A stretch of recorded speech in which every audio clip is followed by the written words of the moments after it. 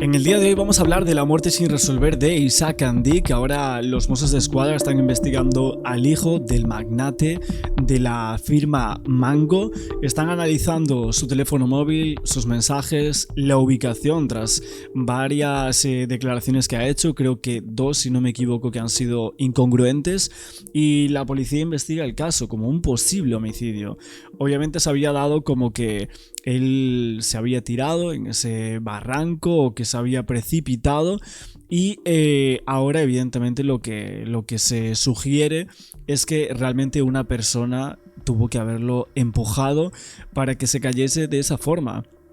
Están analizando, como os digo, mensajes que intercambió el hijo con el padre en las últimas horas de antes, fotografías, ubicación del dispositivo, y lo que sabemos es que no hay nadie, o sea, no hay ningún testigo, agente en la zona, nadie vio ni escuchó absolutamente nada ese sábado 14 de diciembre. Es un tramo sin vigilancia, muy cercano al parking de las cuevas de Salnitre, donde los Andic sabemos que tenían allí aparcado su vehículo, y tras rescatar el cuerpo del fundador de Mango y también sus pertenencias, parece que entre ellas había un teléfono móvil que también cayó al vacío. Los Mossos luego abrieron una investigación, tomaron declaración a Jonathan Andy, que ese mismo día por la tarde, y después de varias declaraciones indagatorias y después de tanto tiempo, ahora se vuelve a investigar esto, se ha reabierto y se cree que el hijo presuntamente podría haber hecho algo en contra del padre para que se precipitase por ese barranco. Lo que se sabe es que tras haber escuchado el ruido de unas piedras y ver a su padre precipitarse por la montaña abajo, dice que él se giró y que vio todo esto, y que las contradicciones que había supuestamente eran debido al estado de shock que tenía esta persona, el hijo del fundador de Mango, ¿no? Y luego fue la primera persona a la que acudió, llamó a esta persona, a Estefanía Nut, que es la pareja de Isaac Andy, y luego llamó al 112 para avisar de lo que había pasado. Vamos a ver un poco en televisión todos los datos que hay sobre este tema y ahora seguimos opinando. Hola, Antón Basaguas, hola, Borja Méndez, hola, María Jamardo. ¿Qué tal? Muy buenas tardes. Mossos d'Esquadra investiga como un posible homicidio la muerte del fundador de Mango, Isaac Andy, el hombre más rico de Cataluña.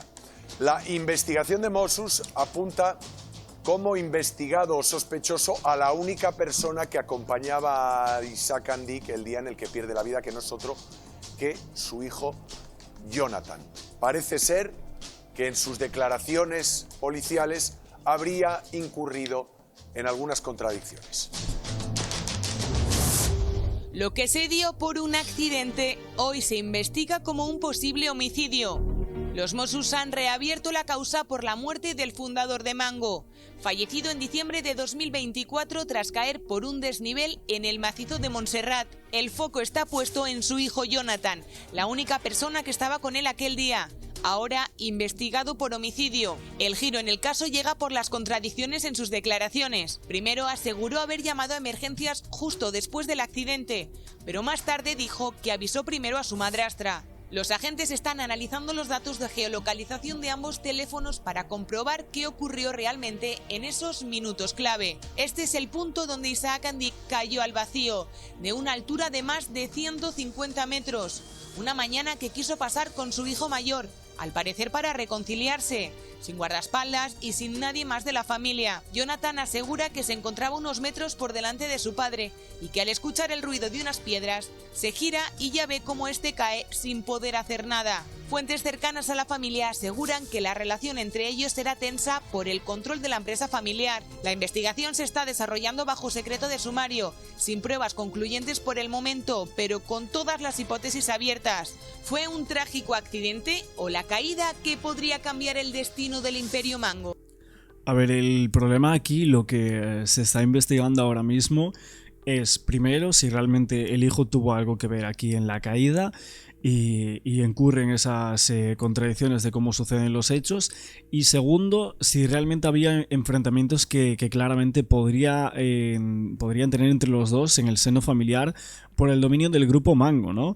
Porque supuestamente lo que se decía es que había unos problemas en cuanto a una boda que querría tener el hijo con su esposa, con su mujer actual, que es una chica que es influencer y demás, y ahí el padre parece que no le gustaba mucho ciertas consideraciones acerca de esta persona, ¿no? De la mujer de su hijo, y no sé si ahí pudo haber un problema tan grande como para empujar en un arrebato a su padre. Esto es lo que se está investigando. El lugar donde Isaac Andic pierde la vida es un sendero conocido como el Camino de las Feixadas, que está en el macizo de Montserrat. Él se precipita desde una altura de en torno a los 100 metros. Julio, tú estás ahí. ¿Qué tal, Joaquín? Sí, y una de las dudas ahora de por qué, por ejemplo, Mossos d'Esquadra piensa que esto puede ser un homicidio, que no cayó de forma accidental. Bueno, pues porque es un sitio de muy fácil acceso. Para que os hagáis una composición de lugar, yo os voy a mostrar rápidamente dónde estamos. Lo que vamos a ver ahora mismo es un pueblo muy bonito de 4.800. No tenemos buena conexión, Julio. Vamos a intentar recuperar la conexión en el macizo de Montserrat con nuestro compañero Julio Urzal. Hay algo que me llama la atención. Mossos d'Esquadra obviamente tiene un sospechoso en el caso de hablar de homicidio, porque en ese sendero solo estaban la víctima y su hijo.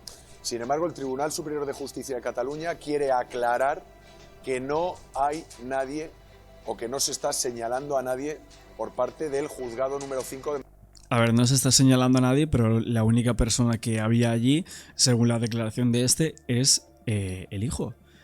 Y ojo, porque los Mossos d'Esquadra, tras los peritajes que manejan, dicen que fue necesaria una inercia que impulsara a la víctima. Por lo tanto, blanco y en botella leche, ¿no? Si es que están diciendo esto, había solo una persona y dicen que no encaja con una caída natural, los resultados de la prueba de la reconstrucción del supuesto accidente, evidentemente este señor tiene que ser investigado muy a fondo, ver si había algún tipo de problema, ver los testigos, la persona con la que está en una relación ahora mismo, y ver si evidentemente hay contradicciones. Por lo tanto, si hay contradicciones y lo que se dice es que él solo estaba allí, que no vio a nadie, porque evidentemente si dice que vio a alguien ahí, podríamos decir, vale, puede haber sido esa persona o lo que sea, ¿no? Pero es que los Mossos estén diciendo que fue necesaria un empujón, básicamente esto es lo que están diciendo, un empujón para impulsar a la víctima y que cayese por ese barranco 150 metros. Eso es tremendo, la verdad, lo que se está diciendo. Martorell, que es quien investiga la causa. Pero a la vez que el TSJ dice eso, dice textualmente que se trata de una investigación residenciada en un cuerpo policial.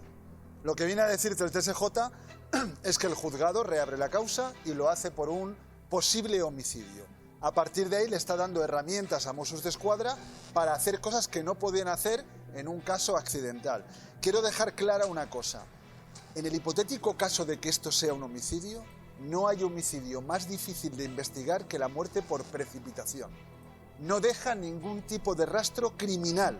Todo lo que vas a conseguir son datos periféricos. El más importante, donde decía el hijo de Isaac Andic que se encontraba cuando su padre se cae, y dónde realmente los Mossos creen que estaba. Enseguida te voy a preguntar cuáles son esas herramientas que tiene que tener.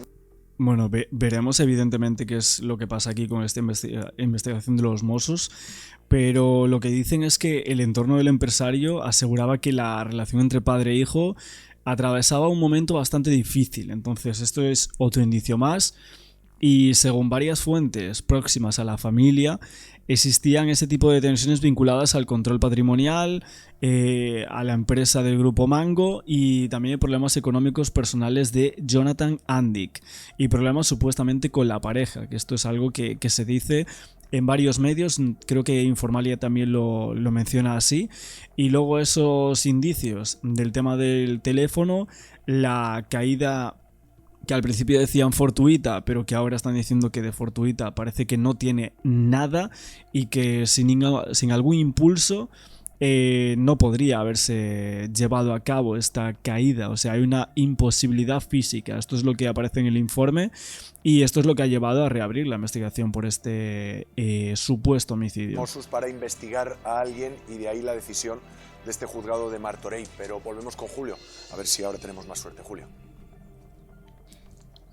A ver, Joaquín, es que estamos en una zona que es un poquito complicada por la altura. No os puedo enseñar el pueblo, pero sí os puedo decir, y es lo que os iba a contar antes, que este es un sitio de muy fácil acceso. Hay muchos senderistas que vienen por aquí. De hecho, había 2 colegios de niños que estaban bajando cuando nosotros hemos llegado. No hemos podido ir hasta el punto exacto donde cae este hombre Isaac Andic, porque ahí es verdad que no hay cobertura.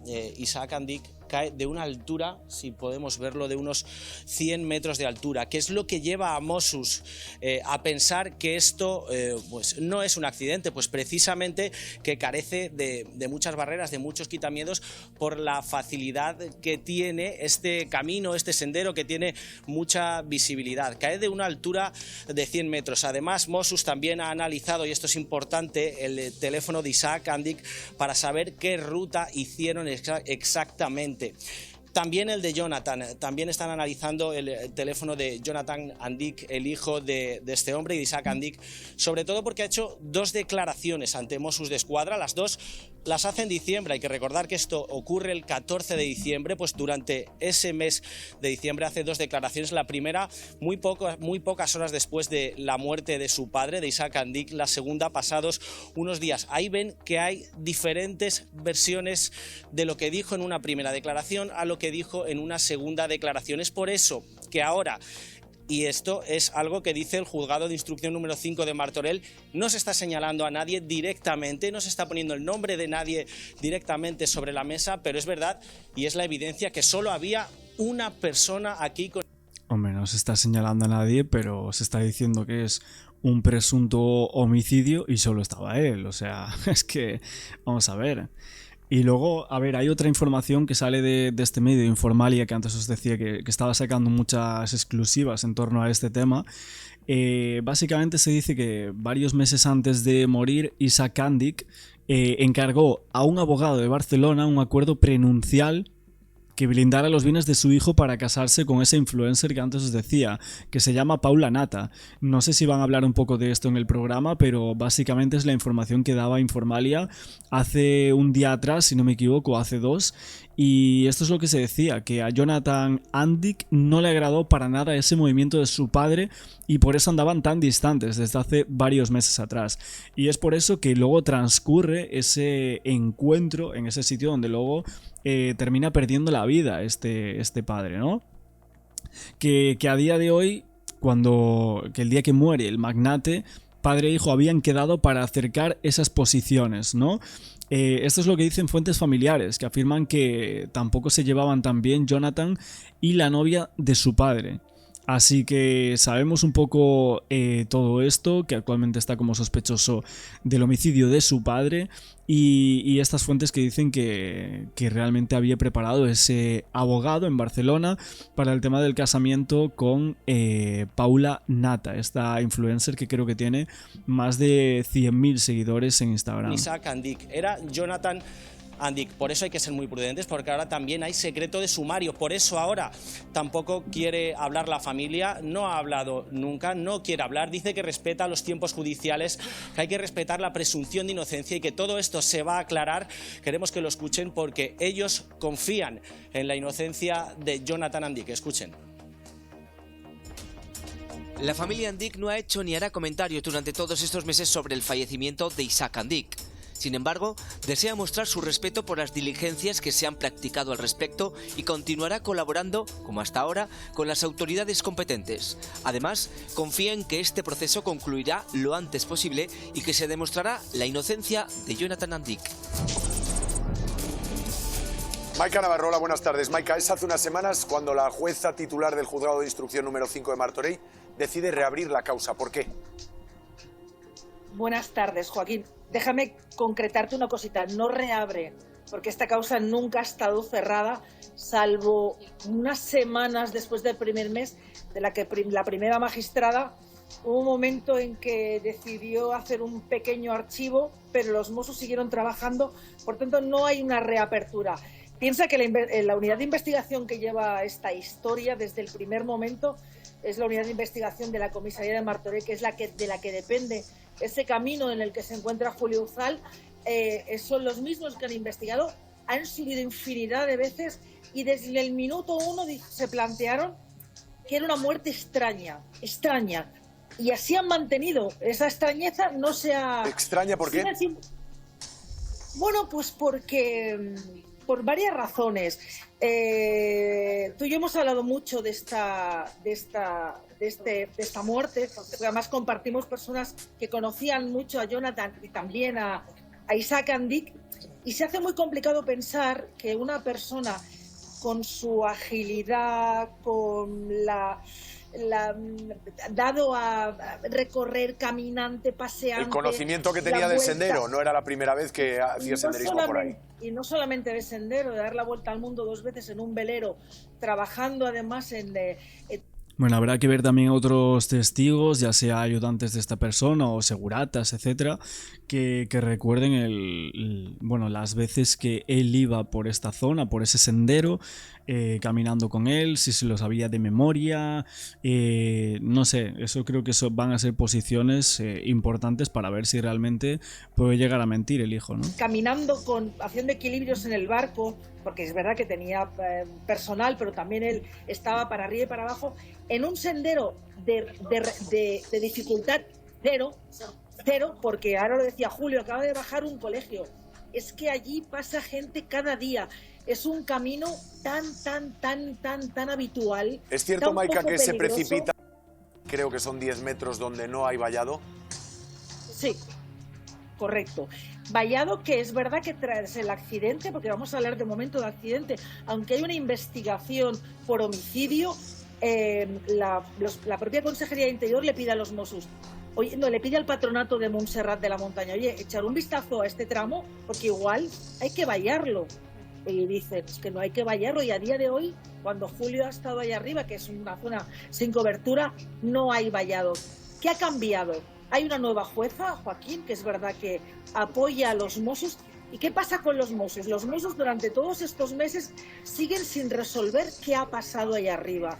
Siguen teniendo muchas dudas sobre lo que cuenta Jonathan Andic. ¿Por qué? ¿Porque hay contradicciones? Porque en su segunda declaración, que va como testigo, eso es muy importante, como testigo, dura 3 horas, lo contamos y lo avanzamos en el programa que estábamos antes en la mañana, sí. Y en esa declaración, literalmente, Joaquín, es un desastre. O sea, es un desastre. No son contradicciones con la primera. Es que no concuerda lo que está contándonos de lo que pasó con lo que los Mossos tienen objetivo de lo que han visto en el lugar. Y luego hay una investigación secreta durante todos estos meses. Todo lo que van encontrando Mossos sigue sin cuadrar. Hombre, hay que ver si realmente el punto en el que dice el hijo que se cayó no concuerda con el que realmente creen los Mossos, el cómo son las marcas de arrastre, etcétera, cómo son, la inercia, no sé, hacer una reconstrucción exhaustiva del lugar para llevar a pensar si realmente pudo haber una precipitación de esta persona como accidente o si realmente el hijo pues presuntamente pudo haberle empujado. En la versión del accidente, y ahora es verdad, he leído como tú ese comunicado del Tribunal Superior de Justicia de Cataluña. No señalamos a nadie, lo ha dicho muy bien Julio. Perdone, ¿quién había en esa montaña? El señor, la víctima y su hijo. ¿Hay una investigación secreta? Sí.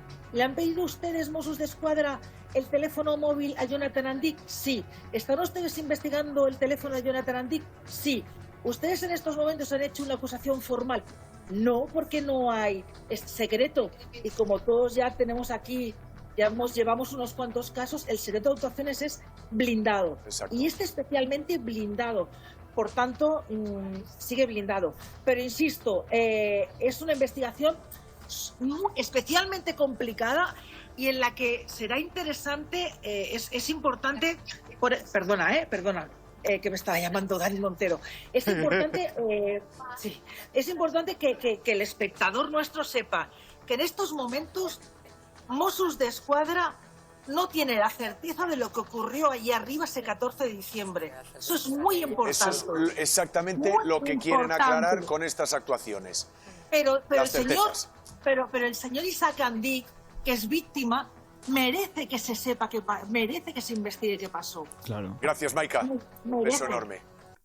A ver, y obviamente lo que dicen los Mossos es que analizaron cámaras de seguridad de la zona, declaraciones de algunos testigos, y lo que están enfocando su atención es, sin duda, en la figura de Jonathan Andic, que supuestamente los informes que hay de fuentes familiares o cercanas habría tenido una discusión con su padre momentos antes del suceso y por eso habían quedado ahí después de tanto tiempo, varios meses de asperezas entre hijo y padre.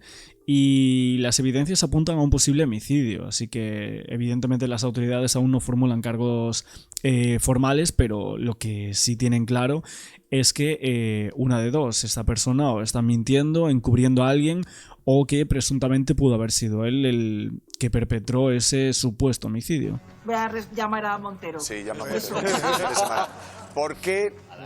¿Por qué la jueza le da la condición de investigado al hijo de Andic?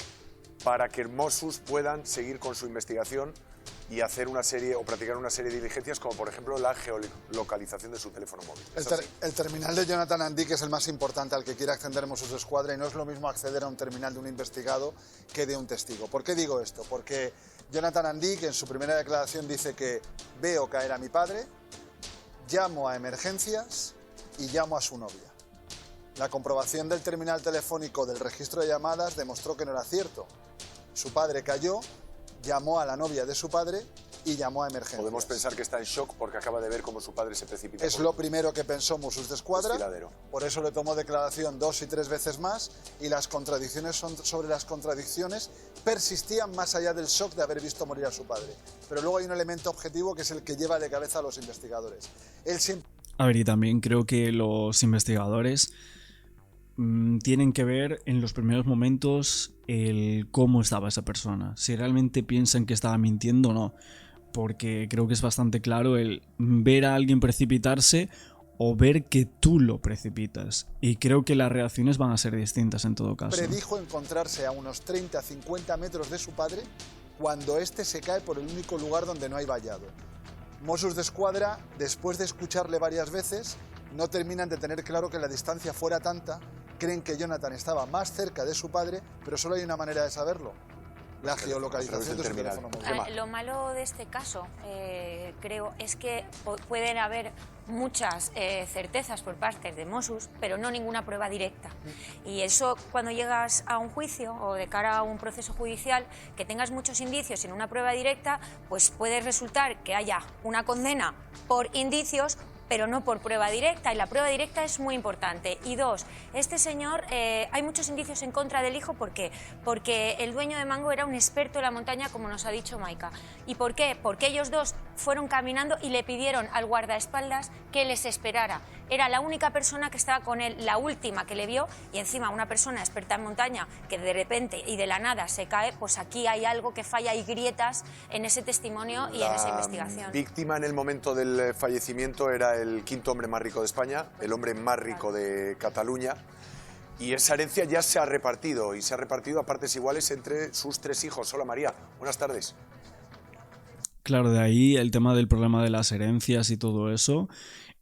Parece que no era tanto el supuesto problema que podría llegar a haber aquí para que el hijo quisiera presuntamente precipitar al padre, ¿no? Es ese patrimonio que tenía ese 14 de diciembre en ese momento Isaac Andic. Vamos a verlo porque está valorado el patrimonio en 8.000 millones de euros. Si tiene ese patrimonio, dos bloques claramente diferenciados. El 50%, es decir, unos 4.000 millones de euros, son la empresa Mango, mundialmente conocida.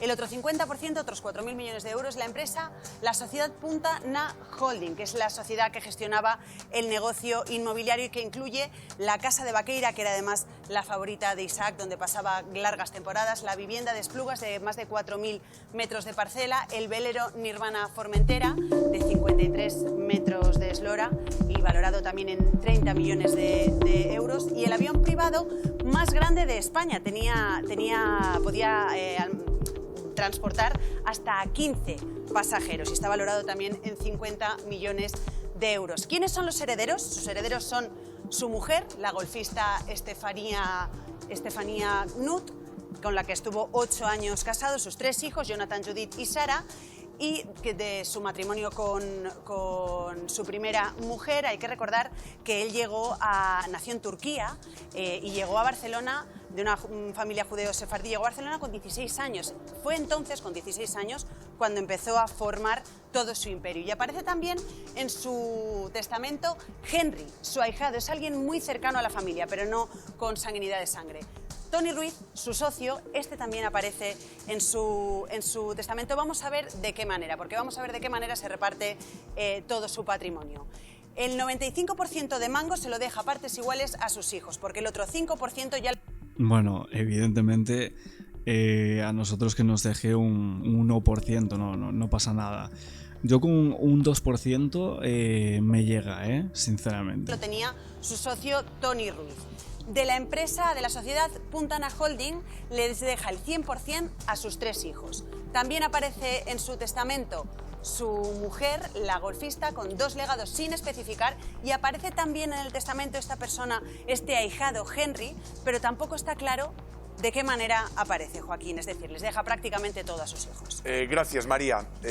Bueno, pues este es el tema de la herencia que sacan aquí sobre Isaac Andic y el presunto homicidio que hay en su contra, evidentemente, y la muerte que ocurrió, creo que ya hace casi un año, ¿no? Hace como 8 meses o por ahí. Y ahora vuelve este caso. Queríamos hacer un vídeo también comentando un poco todo esto, porque está en los medios de comunicación, algo que sucede también en los medios de España por haber ocurrido en Cataluña, y veremos qué más sucede con la investigación en contra del hijo de Isaac Andic. Jonathan Andic, el hijo varón de Isaac Andic, el magnate del imperio textil Mango, acompañaba a su padre ese 14 de diciembre que su padre se precipitó al vacío por un barranco en la montaña de Montserrat, donde ambos en solitario estaban haciendo una excursión. Desde un primer momento los Mossos d'Esquadra empezaron una investigación en la que Jonathan Andic era testigo y como tal declaró en 2 ocasiones, prácticamente el mismo día, a las pocas horas del terrible suceso, y un mes después, siempre como testigo, en una declaración mucho más larga de casi 3 horas, en los que los Mossos mantuvieron las incógnitas que tenían sobre este caso. Un accidente, una caída, que siempre los Mossos desde el primer momento entendieron que había cosas que no se ajustaban. Y mucho, y sobre todo después de esa larga declaración, en la que, insisto, fue como testigo, en la que Jonathan Andic incurrió en múltiples contradicciones, incongruencias y cosas que no cuadraban con esos elementos objetivos que los Mossos habían recogido y que siguen recogiendo a día de hoy en el escenario de esa terrible caída. ¿Qué hemos contado en La Vanguardia estos días? Un cambio que ¿qué implica? Bueno, implica que en esta investigación, que desde hace unos meses hemos sabido ahora que está bajo secreto de actuaciones, porque la magistrada que lo tutela, que dirige esa investigación judicial, decretó un secreto de actuaciones muy, muy riguroso, y en ese secreto, bueno, pues la jueza ha dado el visto bueno, y también la Fiscalía, a que los Mossos investiguen a Jonathan Andic por un delito de homicidio. ¿Hay una imputación formal, una acusación formal? No, porque hay un secreto de actuaciones. No se ha comunicado formalmente al señor Andic que está investigado, que era lo que anteriormente se decía imputado. Pero sí que es cierto que él conoce perfectamente, tanto él como su letrado, que semanas atrás los Mossos d'Esquadra le solicitaron su teléfono móvil que se está investigando. Se está vaciando su contenido y se está mirando. Muy importante, a día de hoy, han pasado 9 meses prácticamente, Mossos d'Esquadra no tiene el relato exacto de lo que ocurrió en esa montaña, pero tiene muchas incógnitas que intenta, en el marco de esta investigación secreta, pues averiguar, porque están en la obligación de hacerlo, tutelada siempre por una magistrada y una fiscal que están apoyando las actuaciones policiales.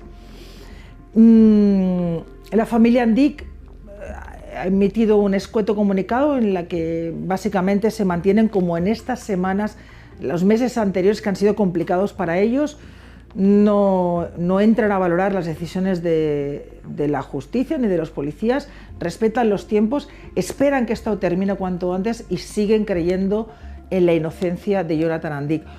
Un hombre que las 2 veces que ha declarado ante los Mossos y lo que sabemos de que ha contado en su entorno es que ese día lo que pasó fue un desgraciado accidente, que él caminaba por delante de su padre y que cuando se quiso darse cuenta escuchó un ruido, se giró y su padre se estaba precipitando al vacío.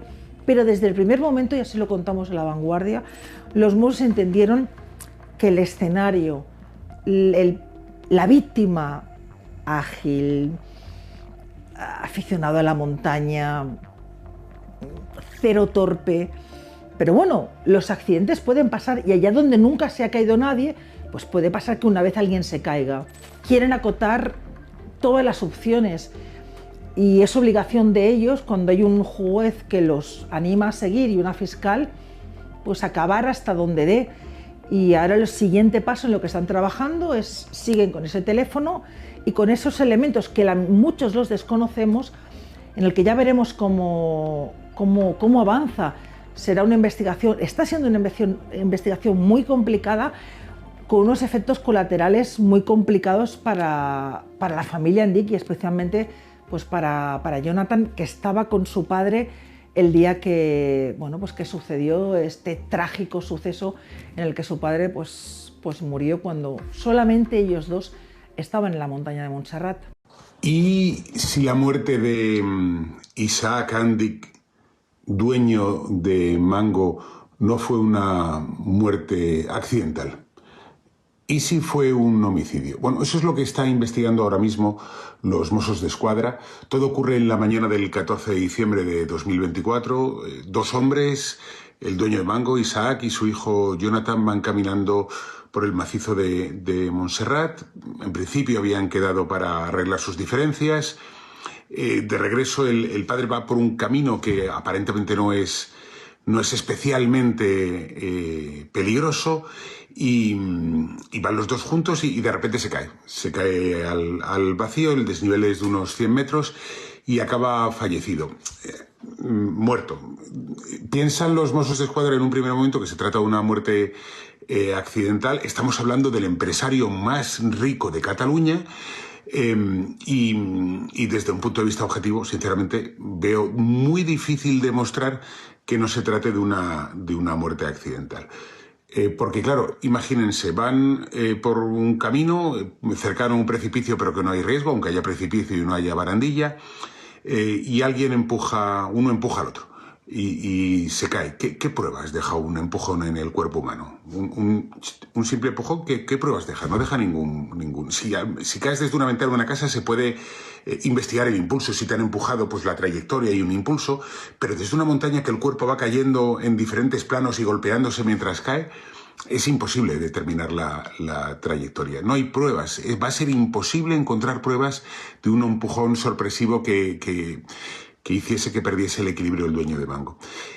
Dicho esto, si no hubo una pelea previa, si no hay señales anteriores de nada, de heridas, de golpes, si no hay ninguna evidencia de nada, ¿cómo se puede determinar que no fue un accidente? Lo veo hartamente complejo.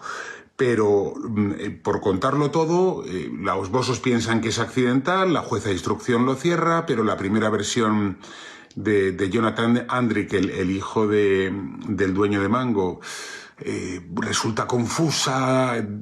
Yo supongo que estaría impactado por el estrés de haber presenciado la muerte de su padre. Resulta confusa, rara, complicada, y entonces pues se queda ahí, se archiva el caso, pero los Mossos le vuelven a tomar declaración, y la segunda versión, ya más tranquilo, más sosegado, con cierto tiempo, cierta distancia desde el hecho luctuoso de la pérdida de su padre, es una declaración en la que él está... se contradice, hay sombras, no tiene claros determinados detalles los Mossos van a los detalles concretos y hay contradicciones, no tiene demasiado claro qué es lo que sucede, incluso hay sombras en la declaración, se vuelve a abrir Se desarchiva el tema, se vuelve a abrir la investigación y se le considera investigado. Se le considera investigado desde un punto de vista técnico, es decir, se le toma declaración como testigo, pero en un determinado momento la jueza determina que hay que explorar el móvil de Jonathan Andrik.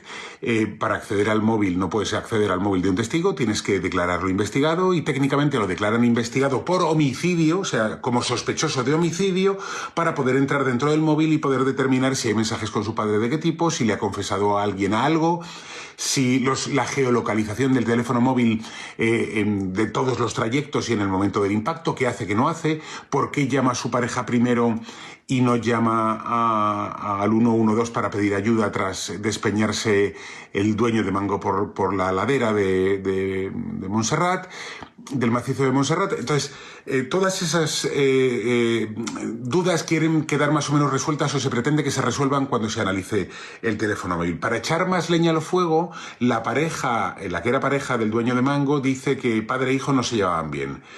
Claro, ¿qué pasa en estos casos? ¿Cuál es la sospecha? La sospecha es que el hijo habría empujado al padre para que falleciese y heredar. Son 3 hermanos, él habría heredado el 33,3% de la herencia. Si se le considerase culpable de homicidio o de asesinato, tendría que devolver íntegramente la herencia. Si hubiese invertido esa herencia, imagínense, en acciones que hubiesen dado unos beneficios, tendría que devolver la herencia más el dinero que hubiesen rentado esas acciones. Es decir, todo, el dinero más los beneficios.